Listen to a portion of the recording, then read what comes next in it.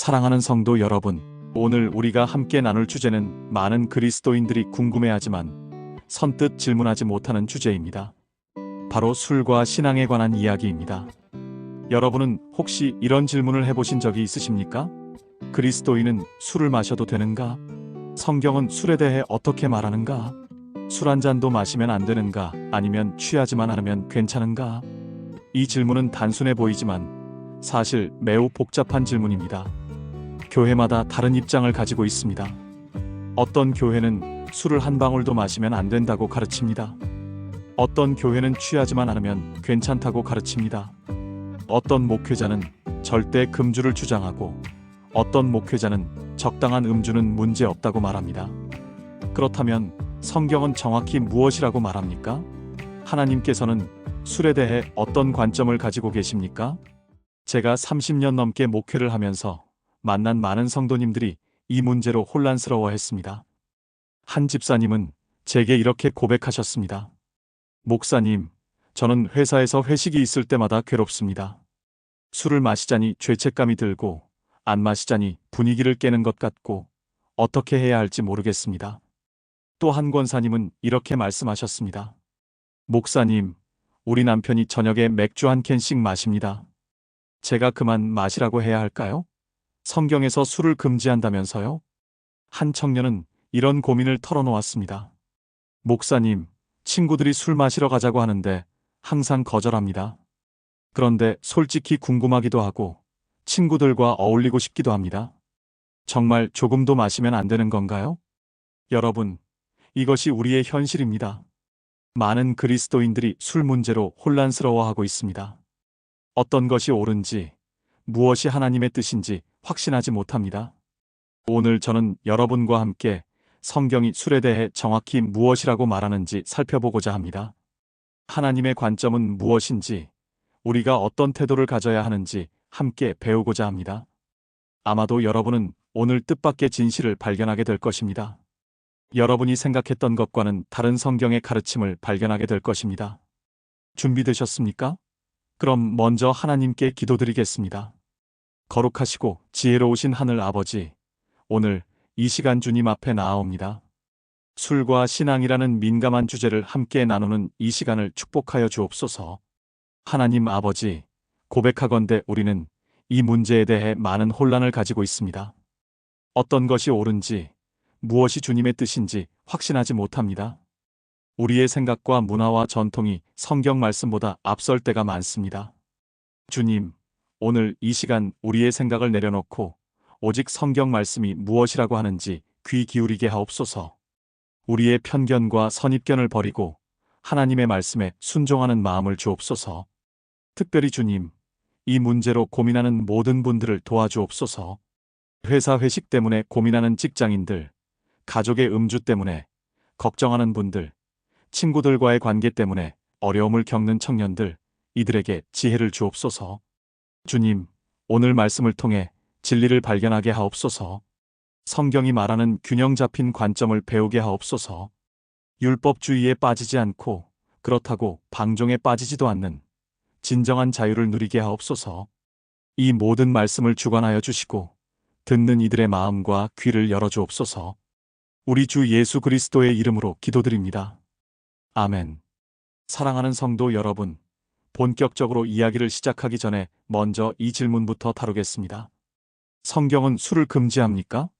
많은 분들이 예라고 대답할 것입니다. 성경은 술을 금지한다고 배웠기 때문입니다. 교회에서 그렇게 가르쳤기 때문입니다. 하지만 놀라운 사실을 말씀드리겠습니다. 성경은 술 자체를 금지하지 않습니다. 목사님, 무슨 말씀이세요? 성경에 술을 마시지 말라고 나와 있지 않습니까? 여러분은 이렇게 반문하실 수 있습니다. 천천히 설명드리겠습니다.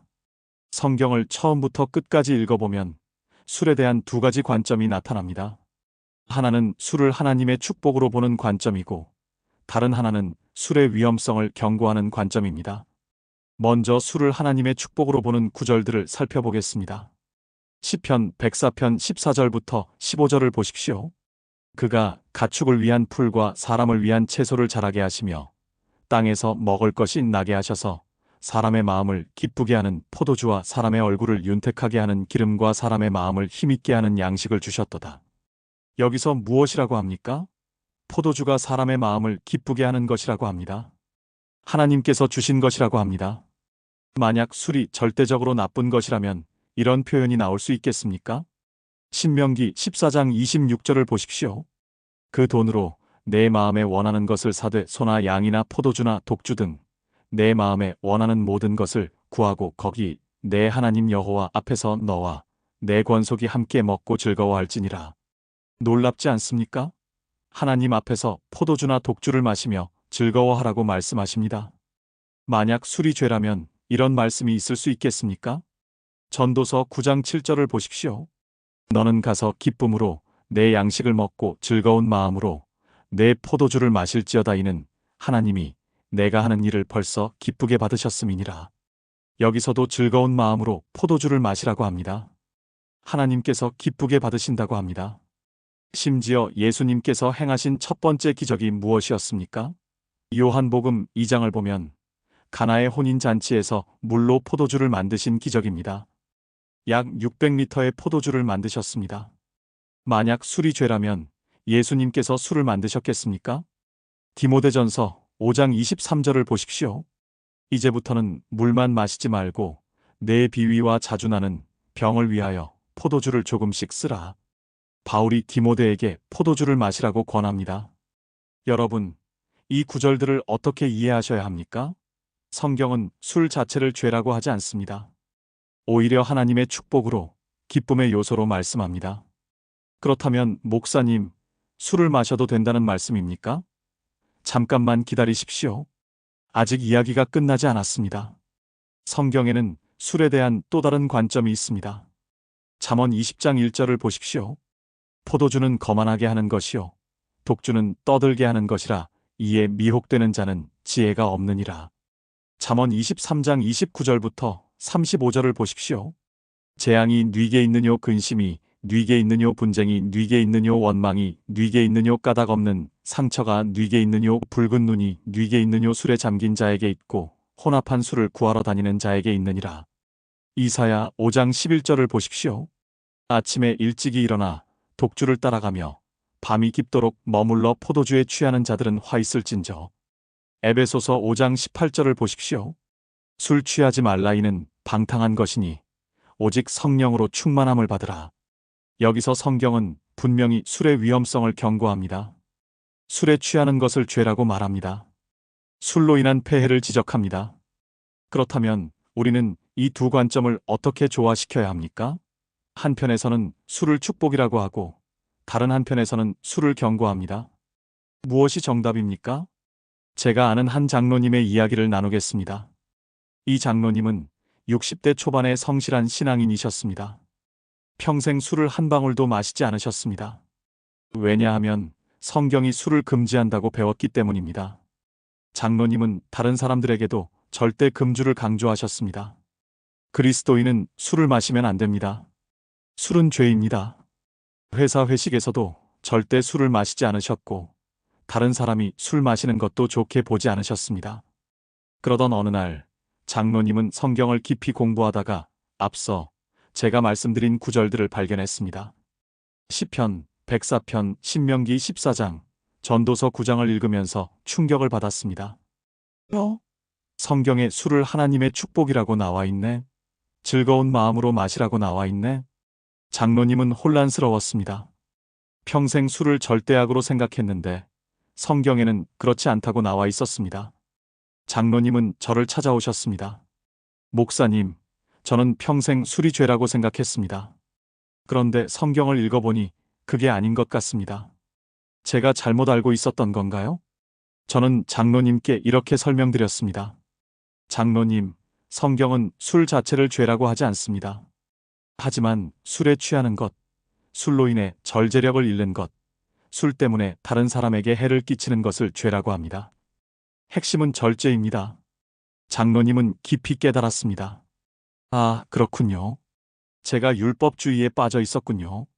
성경이 금지하지 않은 것을 금지한다고 가르쳤네요. 하지만 저는 장로님께 이렇게 덧붙였습니다. 장로님, 그렇다고 해서 장로님께서 술을 마시지 않으신 것이 잘못된 것은 아닙니다. 오히려 지혜로운 선택이셨습니다. 성경은 술을 마셔도 된다고 하지만 마시지 않아도 된다고도 합니다. 자유가 있는 것입니다. 여러분, 이것이 핵심입니다. 성경은 술 자체를 금지하지 않습니다. 하지만 술에 취하는 것, 절제력을 잃는 것을 금지합니다. 술을 마실 자유도 있고 마시지 않을 자유도 있습니다. 중요한 것은 절제입니다. 그렇다면 왜 성경은 술 취하는 것을 죄라고 합니까? 단순히 술에 취해서 정신을 잃는 것이 문제입니까? 아니면 더 깊은 이유가 있습니까? 에베소서 5장 18절을 다시 보겠습니다. 술 취하지 말라 이는 방탕한 것이니 오직 성령으로 충만함을 받으라. 이 구절에서 바울은 술 취함과 성령 충만함을 대조시킵니다. 왜 그렇습니까?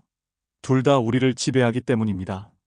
술에 취하면 술이 우리를 지배합니다. 성령 충만하면 성령께서 우리를 지배하십니다. 문제는 무엇이 우리를 지배하느냐입니다. 그리스도인은 성령께서 지배하셔야 합니다. 술이 지배하면 안 됩니다. 술에 취하면 우리의 판단력이 흐려집니다. 절제력을 잃습니다. 성령의 음성을 듣지 못합니다. 갈라디아서 5장 22절부터 23절을 보십시오. 오직 성령의 열매는 사랑과 희락과 화평과 오래 참음과 자비와 양선과 충성과 온유와 절제니 이 같은 것을 금지할 법이 없느니라. 성령의 열매 중 마지막이 무엇입니까? 절제입니다. 그리스도인은 절제하는 삶을 살아야 합니다. 술에 취하면 절제력을 잃습니다. 그래서 문제가 되는 것입니다. 잠언 23장을 다시 보십시오. 술에 취한 사람에게 무슨 일이 일어납니까? 재앙, 근심, 분쟁, 원망, 상처가 찾아옵니다. 왜 그렇습니까? 절제력을 잃었기 때문입니다. 판단력이 흐려졌기 때문입니다. 제가 아는 한 집사님의 이야기를 나누겠습니다. 이 집사님은 30대 후반의 직장인이셨습니다. 좋은 회사에 다니셨고 신앙생활도 열심히 하셨습니다. 하지만 한 가지 문제가 있었습니다. 회식 때 술을 조절하지 못했습니다. 처음에는 한두 잔만 마시려고 했습니다. 나는 그리스도인이니까 취하면 안 돼. 딱 한두 잔만 마시자. 하지만 분위기에 휩쓸려 계속 마시게 되었습니다. 한 잔만 더, 한 잔만 더. 그러다 보면 어느새 취해 있었습니다. 술에 취하면 집사님은 평소와 달라졌습니다. 말이 많아졌습니다. 농담이 심해졌습니다. 가끔은 부적절한 말도 했습니다. 다음 날 아침이 되면 후회했습니다. 어제 내가 무슨 말을 했지? 혹시 실수한 건 없나? 어느 날 회식 자리에서 집사님은 술에 취해 상사에게 불쾌한 말을 했습니다. 평소에는 절대 할 수 없는 말이었습니다. 하지만 술에 취해 절제력을 잃었고 그만 실수를 하고 말았습니다. 다음 날 상사가 집사님을 불렀습니다. 어제 무슨 말을 한 건지 기억하나? 집사님은 당황했습니다. 기억이 잘 나지 않았습니다. 상사는 실망한 표정으로 말했습니다. 자네, 술 조절 좀 하게. 어제 말이 너무 심했어. 집사님은 큰 충격을 받았습니다. 집에 돌아와 무릎 꿇고 기도했습니다. 하나님, 제가 잘못했습니다. 절제력을 잃었습니다. 술이 저를 지배하게 했습니다. 용서해 주세요. 그날 이후 집사님은 결심했습니다. 다시는 취하지 않겠다. 마시더라도 절대 절제력을 잃지 않겠다. 회식 자리에서도 딱 한 잔만 마시고 멈췄습니다. 아무리 권해도 정중히 거절했습니다. 처음에는 동료들이 이상하게 봤습니다. 왜 안 마셔? 분위기 좀 살려. 하지만 집사님은 확고했습니다. 저는 여기까지만 마시겠습니다. 시간이 지나자 동료들도 이해하게 되었습니다. 오히려 집사님을 존중하게 되었습니다. 집사님은 간증했습니다. 목사님, 제가 깨달은 것이 있습니다. 술 자체가 문제가 아니라 절제력을 잃는 것이 문제더라고요. 술이 저를 지배하게 하는 것이 문제였습니다. 이제는 제가 술을 지배합니다. 절제합니다. 그러니까 문제가 없어졌습니다. 여러분, 이것이 핵심입니다. 술 취함이 왜 죄입니까? 절제력을 잃기 때문입니다. 술이 우리를 지배하기 때문입니다. 성령이 아니라 술이 우리를 움직이게 하기 때문입니다. 고린도전서 6장 12절을 보십시오. 모든 것이 내게 가하나 다 유익한 것이 아니요 모든 것이 내게 가하나 내가 무엇에든지 얽매이지 아니하리라. 우리는 어떤 것에도 얽매이면 안 됩니다. 술에 얽매이면 안 됩니다. 술이 없으면 안 되는 상태가 되면 안 됩니다. 술을 마시더라도 절제해야 합니다. 언제든지 멈출 수 있어야 합니다. 만약 여러분이 술을 마실 때 절제력을 잃는다면, 취한다면, 술이 여러분을 지배한다면 그것은 죄입니다. 성령이 아니라 술이 여러분을 움직이게 하는 것입니다. 그렇다면 이제 실제적인 질문을 해보겠습니다. 그리스도인은 술을 마셔도 됩니까? 성경적인 답은 마셔도 되고 안 마셔도 된다입니다. 자유가 있습니다. 하지만 이 자유에는 책임이 따릅니다. 고린도전서 10장 23절을 보십시오. 모든 것이 가하나 모든 것이 유익한 것은 아니요 모든 것이 가하나 모든 것이 덕을 세우는 것은 아니니. 술을 마실 자유가 있습니다. 하지만 그것이 유익합니까? 덕을 세웁니까? 이것을 생각해야 합니다. 고린도전서 8장을 보면 우상에게 드렸던 제물을 먹는 문제가 나옵니다. 바울은 우상은 아무것도 아니므로 제물을 먹어도 된다고 합니다. 자유가 있습니다. 하지만 이렇게 말합니다. 고린도전서 8장 9절입니다. 그런즉 너희 자유함이 약한 자들에게 거리끼는 것이 되지 않도록 조심하라. 고린도전서 8장 13절입니다. 그러므로 만일 음식이 내 형제로 실족하게 하면 나는 영원히 고기를 먹지 아니하여 내 형제를 실족하지 않게 하리라.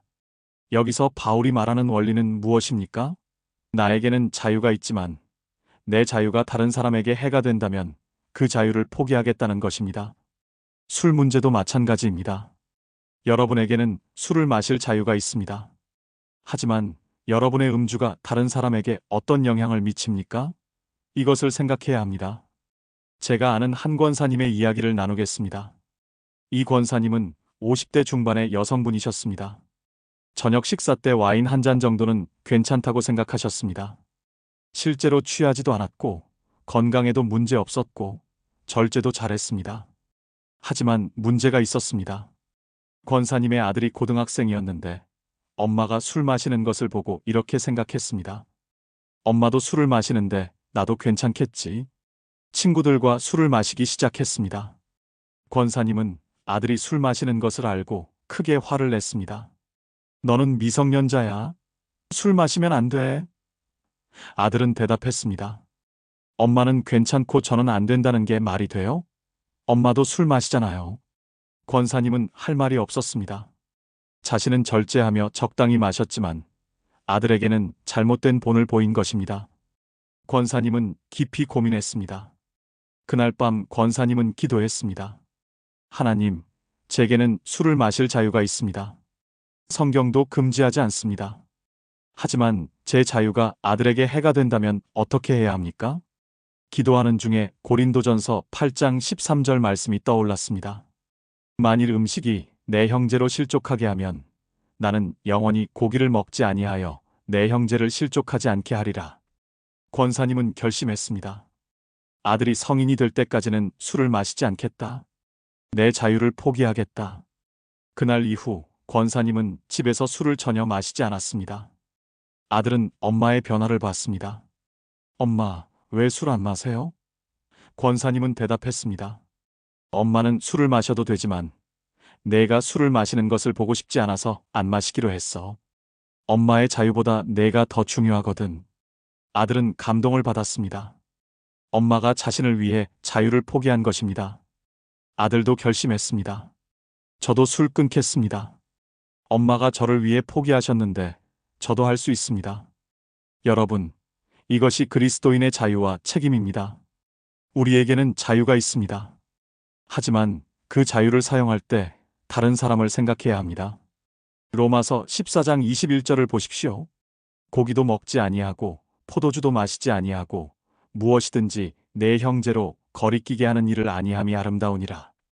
여러분의 음주가 다른 사람에게 거리낌이 된다면 어떻게 하시겠습니까? 여러분의 자유를 포기할 수 있습니까? 이것이 진정한 사랑입니다. 특별히 다음과 같은 경우에는 술을 마시지 않는 것이 지혜롭습니다. 첫째, 알코올 중독의 가족력이 있는 경우입니다. 유전적으로 중독에 취약할 수 있습니다. 둘째, 과거에 술 문제가 있었던 경우입니다. 다시 시작하면 또 문제가 될 수 있습니다. 셋째, 자녀나 주변 사람에게 나쁜 영향을 미칠 수 있는 경우입니다. 넷째, 자신의 건강에 해로운 경우입니다. 다섯째, 교회나 공동체의 규칙이 금주인 경우입니다. 공동체의 덕을 위해 따르는 것이 좋습니다. 여러분에게는 자유가 있습니다. 하지만 그 자유를 지혜롭게 사용하십시오. 자유를 사랑으로 제한할 줄 아십시오. 이것이 성숙한 그리스도인의 모습입니다. 이제 가장 실제적인 질문을 다루겠습니다. 만약 술을 마신다면 어떻게 절제해야 합니까? 어디까지가 괜찮고 어디서부터가 문제입니까? 성경은 명확한 기준을 제시합니다. 취하지 말라는 것입니다. 그렇다면 취한다는 것은 무엇입니까? 취한다는 것은 단순히 정신을 잃는 것만을 의미하지 않습니다. 판단력이 흐려지는 것, 절제력이 약해지는 것, 평소와 다른 행동을 하는 것, 이 모든 것이 취한 상태입니다. 잠언 23장 31절부터 32절을 보십시오. 포도주는 붉고 잔에서 번쩍이며 순하게 내려가나니 너는 그것을 보지도 말지어다. 그것이 마침내 뱀같이 물 것이요 독사같이 쏠 것이며. 술은 처음에는 좋아 보입니다. 맛있어 보입니다. 즐거워 보입니다. 하지만 절제하지 못하면 결국 해를 끼칩니다. 뱀처럼 물고 독사처럼 쏩니다. 고린도전서 6장 19절부터 20절을 보십시오. 너희 몸은 너희가 하나님께로부터 받은 바 너희 가운데 계신 성령의 전인 줄을 알지 못하느냐. 너희는 너희 자신의 것이 아니라 값으로 산 것이 되었으니 그런즉 너희 몸으로 하나님께 영광을 돌리라. 우리 몸은 성령의 전입니다. 우리 몸으로 하나님께 영광을 돌려야 합니다. 술로 인해 우리 몸이 해를 입는다면 그것은 하나님께 영광이 되지 않습니다. 제가 아는 한 집사님의 이야기를 나누겠습니다. 이 집사님은 40대 초반의 남성분이셨습니다. 회사에서 중간 관리직을 맡고 계셨고 회식이 잦았습니다. 집사님은 원래 술을 잘 마시는 편이었습니다. 회식 때마다 소주 한 병 정도는 거뜬히 마셨습니다. 취하지는 않았습니다. 정신도 멀쩡했습니다. 그래서 문제 없다고 생각했습니다. 하지만 어느 날 건강검진을 받았는데 간 수치가 높게 나왔습니다. 의사가 말했습니다. 술을 많이 드시나요? 간이 좋지 않네요. 술을 줄이셔야 합니다. 집사님은 충격을 받았습니다. 저는 취한 적도 없는데 간이 나빠졌다고? 의사는 설명했습니다. 취하지 않아도 술을 자주 마시면 간에 무리가 갑니다. 양을 줄이거나 횟수를 줄이셔야 합니다. 집사님은 집에 돌아와 깊이 생각했습니다. 나는 성경 말씀대로 취하지는 않았어. 하지만 내 몸을 해치고 있었어. 내 몸은 성령의 전인데 이렇게 해쳐도 되나? 집사님은 결심했습니다. 술을 끊지는 않겠다. 하지만 양을 크게 줄이고 횟수도 줄이겠다. 회식 때도 소주 한두 잔만 마시고 멈췄습니다. 일주일에 한 번 이상은 마시지 않기로 했습니다. 처음에는 쉽지 않았습니다. 동료들이 계속 권했고 분위기도 있었습니다. 하지만 집사님은 확고했습니다. 저는 건강 때문에 이만 마시겠습니다. 6개월 후 다시 건강검진을 받았을 때 간 수치가 정상으로 돌아왔습니다. 집사님은 감사했습니다. 하나님 감사합니다. 제 몸이 성령의 전임을 깨닫게 하시고 절제하게 하셔서 감사합니다. 여러분, 절제의 원리는 단순히 취하지 않는 것만이 아닙니다. 우리 몸을 건강하게 유지하는 것, 하나님께 영광 돌리는 것, 이 모든 것이 포함됩니다. 만약 여러분이 술을 마신다면 이런 질문을 해보십시오. 이 정도의 음주가 내 건강에 해롭지 않은가? 이 정도의 음주가 내 판단력을 흐리게 하지 않는가? 이 정도의 음주가 다른 사람에게 나쁜 영향을 미치지 않는가? 이 정도의 음주가 하나님께 영광이 되는가? 이 질문들에 대한 답이 모두 예라면 괜찮을 것입니다. 하지만 하나라도 아니오라면 멈춰야 합니다. 빌립보서 4장 5절을 보십시오. 너희 관용을 모든 사람에게 알게 하라. 주께서 가까우시니라. 관용은 절제를 의미합니다. 우리의 절제하는 모습을 모든 사람이 보게 하라는 것입니다. 우리가 술을 마시더라도 절제하는 모습, 이것이 세상의 빛이 됩니다. 이제 제가 직접 목회하면서 경험한 놀라운 간증 하나를 나누겠습니다. 박 장로님이라고 부르겠습니다. 박 장로님은 55세의 중견 사업가셨습니다. 박 장로님은 술을 좋아하셨습니다. 매일 저녁 소주 반병 정도는 드셨습니다. 업무상 회식도 많았고 친구들과의 모임도 많았습니다. 술자리가 잦았습니다. 교회는 20년 넘게 다니셨지만 술 문제로 항상 죄책감이 있었습니다. 나는 그리스도인인데 술을 이렇게 많이 마셔도 되나? 하지만 끊을 수는 없었습니다. 술이 없으면 잠도 안 오고 스트레스도 풀리지 않았습니다. 어느 날 박 장로님은 건강검진을 받았는데 간경화 초기 진단을 받았습니다. 의사는 엄중히 경고했습니다. 당장 술을 끊으셔야 합니다. 계속 마시면 생명이 위험합니다. 박 장로님은 큰 충격을 받았습니다. 집에 돌아와 부인에게 말했습니다. 여보, 나 간경화래. 술을 끊어야 한대. 부인은 눈물을 흘렸습니다. 당신 술 좀 줄이라고 그렇게 얘기했잖아요. 이제라도 끊어요. 하지만 쉽지 않았습니다. 20년 넘게 매일 마셔온 술을 갑자기 끊으려니 힘들었습니다. 저녁만 되면 술 생각이 났습니다. 밤에 잠도 안 왔습니다. 짜증도 났습니다. 박 장로님은 저를 찾아오셨습니다. 목사님, 저 술을 끊으려고 하는데 너무 힘듭니다. 어떻게 해야 합니까? 저는 박 장로님께 물었습니다. 장로님, 왜 술을 끊으려고 하십니까? 박 장로님은 대답했습니다. 건강 때문입니다. 간경화라고 합니다. 저는 다시 물었습니다. 그것만입니까? 다른 이유는 없습니까? 박 장로님은 잠시 생각하시더니 말씀하셨습니다. 사실은 죄책감도 있습니다. 그리스도인이 술을 이렇게 마셔도 되나 하는 생각이요. 저는 박 장로님께 성경 말씀을 나눴습니다. 술 자체가 죄가 아니라는 것, 하지만 술에 얽매이는 것은 문제라는 것, 절제력을 잃는 것이 죄라는 것을 설명했습니다.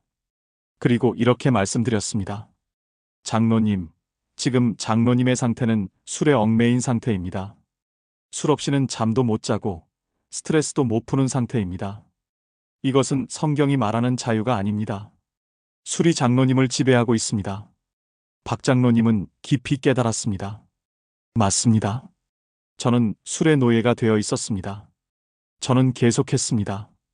장로님, 이제부터는 건강 때문에 술을 끊는 것이 아니라 하나님 때문에 술을 끊으십시오. 술의 노예에서 벗어나 진정한 자유를 얻기 위해 끊으십시오. 그래야 성공할 수 있습니다. 박 장로님은 결심했습니다. 그렇게 하겠습니다. 하나님 때문에 술을 끊겠습니다. 그날부터 박 장로님은 매일 이렇게 기도했습니다. 하나님, 저는 술의 노예였습니다. 술이 저를 지배했습니다. 용서해 주세요. 이제 저를 자유케 하소서. 술이 아니라 성령께서 저를 지배하게 하소서. 처음 일주일은 정말 힘들었습니다. 밤마다 술 생각이 났습니다. 하지만 박 장로님은 술 생각이 날 때마다 기도했습니다. 하나님 도와주세요. 저를 자유케 하소서. 한 달이 지나자 조금씩 나아졌습니다. 술 생각이 줄어들었습니다. 잠도 잘 오기 시작했습니다. 3개월이 지나자 거의 술 생각이 나지 않았습니다. 6개월 후 다시 건강검진을 받았을 때 간 수치가 많이 좋아졌습니다. 의사는 놀라워했습니다. 정말 술을 완전히 끊으셨나 봅니다. 간이 회복되고 있습니다. 1년이 지났을 때 박 장로님은 완전히 새로운 사람이 되어 있었습니다. 술 없이도 잘 살았습니다. 오히려 술 없는 삶이 더 건강하고 행복했습니다. 박 장로님은 간증했습니다. 목사님, 제가 깨달은 것이 있습니다. 술 자체가 문제가 아니라 술에 얽매이는 것이 문제였습니다. 저는 술의 노예였습니다. 하지만 하나님께서 저를 자유케 하셨습니다. 이제는 술이 없어도 행복합니다. 진정한 자유를 얻었습니다. 박 장로님은 계속했습니다. 사실 술을 끊고 나니 제 인생이 얼마나 술에 지배받고 있었는지 알게 되었습니다. 저녁 약속을 잡을 때도 술 마실 곳을 찾았고, 스트레스가 있을 때마다 술로 해결하려 했고, 즐거울 때도 술이 있어야 했습니다. 제 삶의 중심이 하나님이 아니라 술이었던 것입니다. 박 장로님은 이제 다른 사람들을 돕고 있습니다. 술 문제로 고민하는 성도들을 만나 자신의 간증을 나눕니다. 저도 20년 동안 술을 마셨습니다. 끊을 수 없다고 생각했습니다.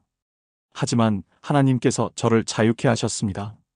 여러분도 할 수 있습니다. 박 장로님의 변화를 본 가족들도 놀라워했습니다. 특히 아들이 말했습니다. 아빠, 예전보다 훨씬 좋아지셨어요. 술 냄새도 안 나고, 밤에 깨어서 말도 걸 수 있고, 주말에 함께 시간도 보낼 수 있어요. 박 장로님의 부인도 간증했습니다. 20년 동안 남편의 술 때문에 걱정했습니다. 하지만 하나님께서 남편을 변화시키셨습니다. 이제는 술 없는 가정이 이렇게 평안하고 행복하다는 것을 알았습니다. 여러분, 이것이 진정한 자유입니다. 술을 마실 자유도 있고 마시지 않을 자유도 있지만 가장 큰 자유는 술에 얽매이지 않는 것입니다. 술이 없어도 행복한 것입니다. 술이 우리를 지배하지 않는 것입니다. 만약 여러분이 지금 술에 얽매여 있다면 박 장로님처럼 하나님께 도움을 구하십시오. 하나님께서 여러분을 자유케 하실 것입니다. 이제 마지막으로 실제적인 가이드라인을 제시하겠습니다. 술 문제에 대해 지혜로운 선택을 하기 위한 기준을 함께 생각해 보겠습니다. 첫째, 나는 술에 얽매여 있는가? 술 없이는 잠을 못 잡니까?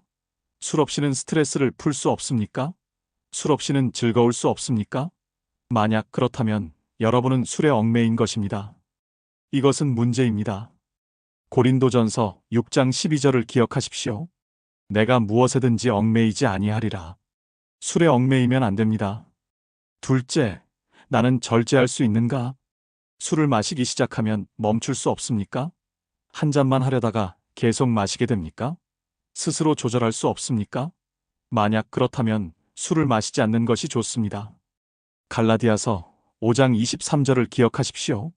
성령의 열매는 절제입니다. 절제할 수 없다면 문제가 있는 것입니다. 셋째, 내 음주가 다른 사람에게 해가 되는가? 자녀가 나를 보고 술을 마십니까? 다른 성도가 나를 보고 실족합니까? 술에 약한 사람이 나를 보고 술을 마십니까? 만약 그렇다면 사랑을 위해 술을 마시지 않는 것이 좋습니다. 로마서 14장 21절을 기억하십시오. 내 형제로 거리끼게 하는 일을 아니함이 아름다우니라. 넷째, 내 음주가 하나님께 영광이 되는가? 술을 마실 때 하나님을 생각합니까? 감사하며 마십니까? 절제하며 마십니까? 아니면 그냥 습관적으로 스트레스 때문에, 분위기 때문에 마십니까? 고린도전서 10장 31절을 보십시오.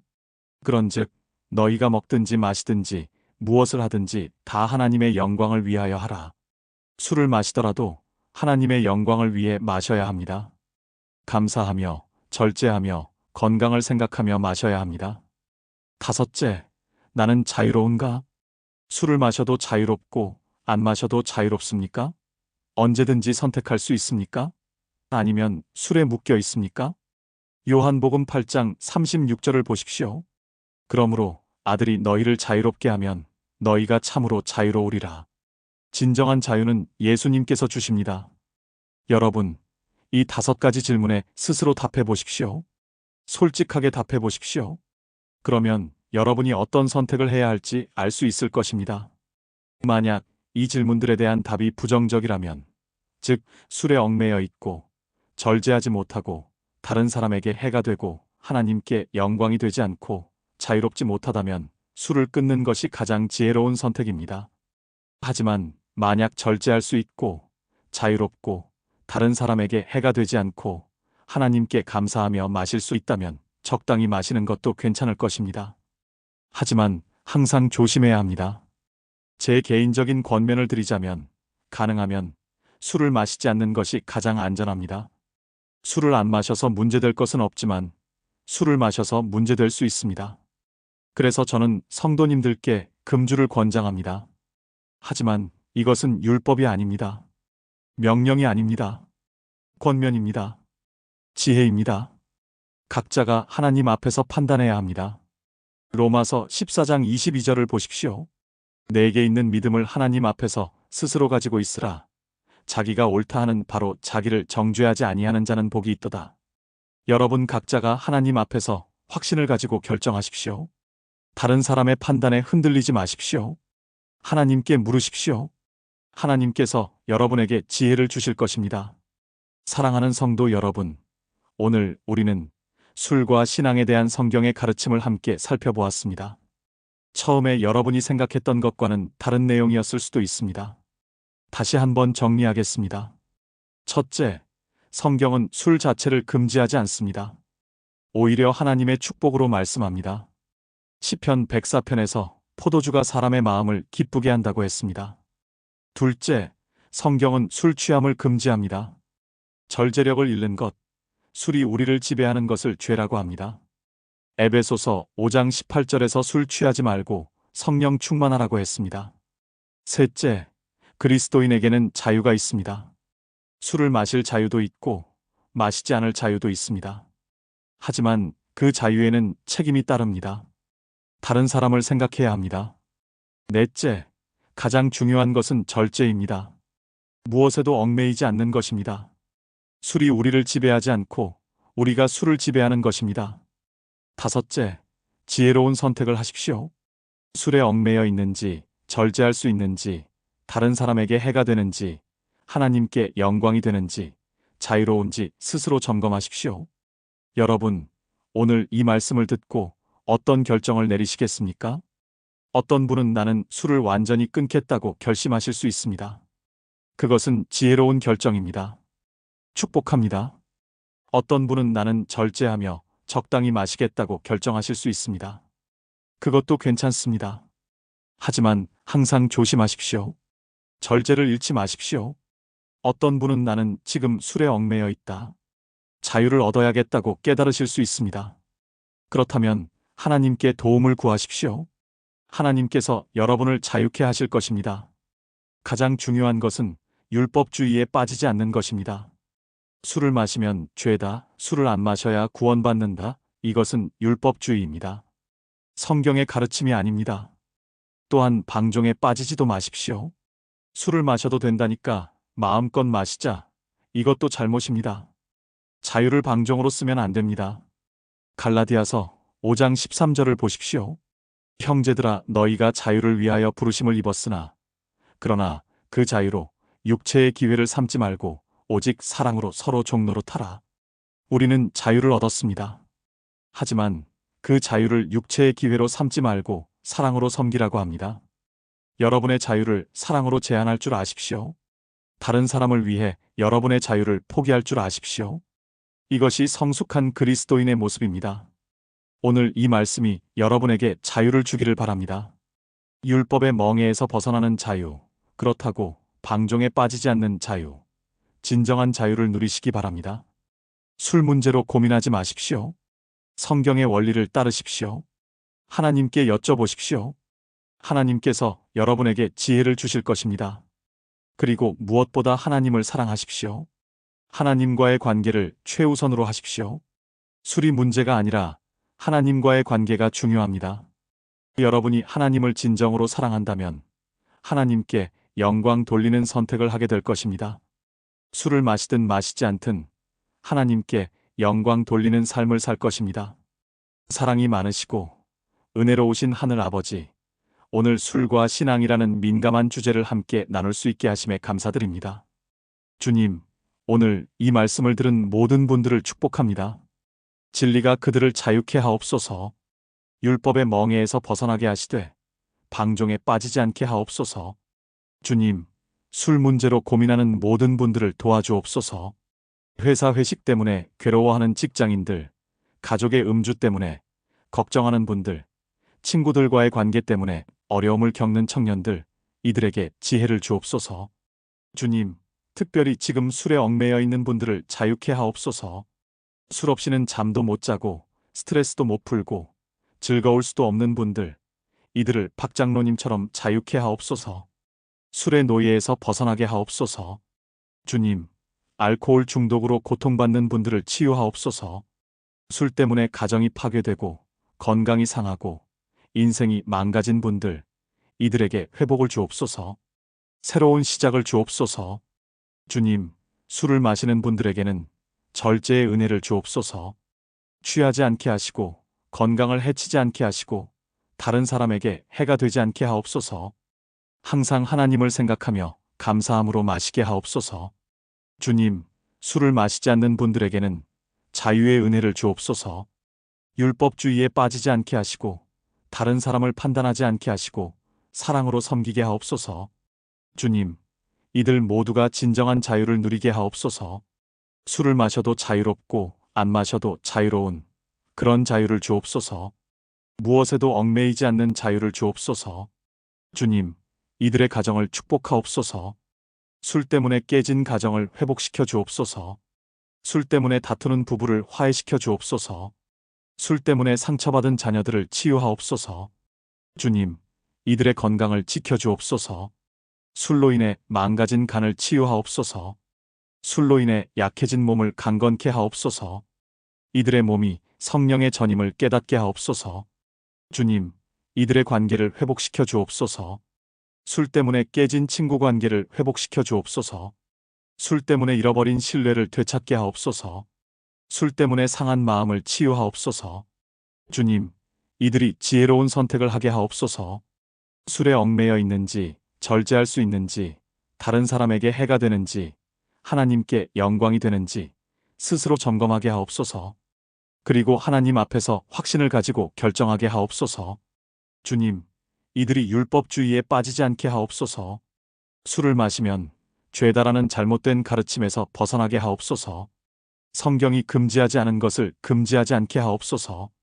주님, 또한 이들이 방종에 빠지지도 않게 하옵소서. 술을 마셔도 된다는 자유를 육체의 기회로 삼지 않게 하옵소서. 자유를 사랑으로 제한할 줄 알게 하옵소서. 주님, 이들이 다른 사람을 생각하게 하옵소서. 자기 자유만 주장하지 않게 하옵소서. 다른 사람에게 거리낌이 된다면 자유를 포기할 줄 알게 하옵소서.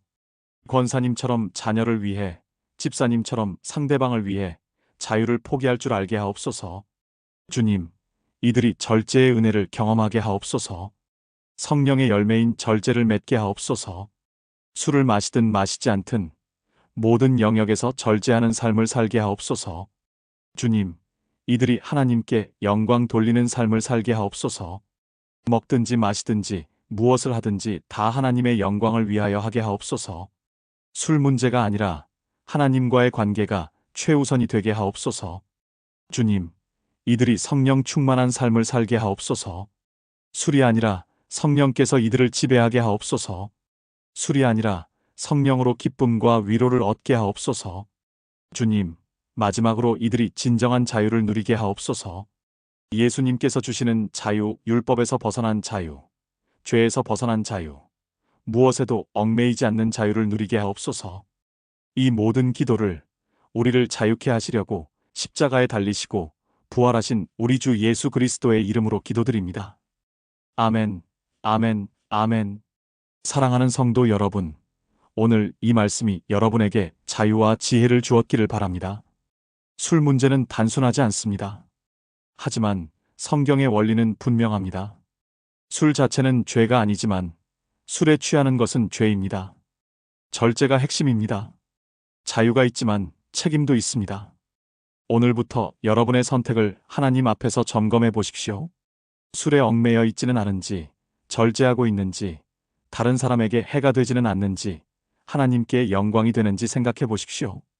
그리고 지혜로운 선택을 하십시오.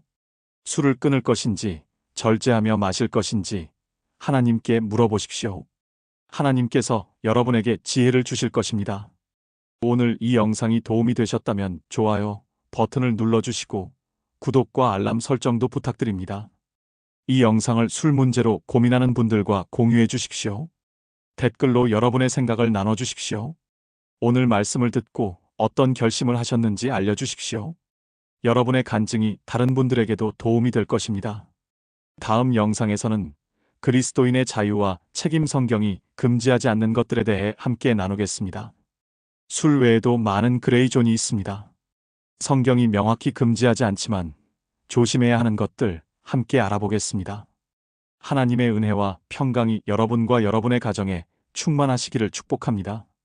진정한 자유를 누리는 삶, 절제하는 삶, 사랑으로 섬기는 삶을 사시기를 주님의 이름으로 축복합니다. 율법주의에서 벗어나시고 방종에도 빠지지 마시고 성경의 균형 잡힌 관점을 가지시기 바랍니다. 오늘도 하나님께서 여러분과 함께 하십니다. 두려워하지 마십시오.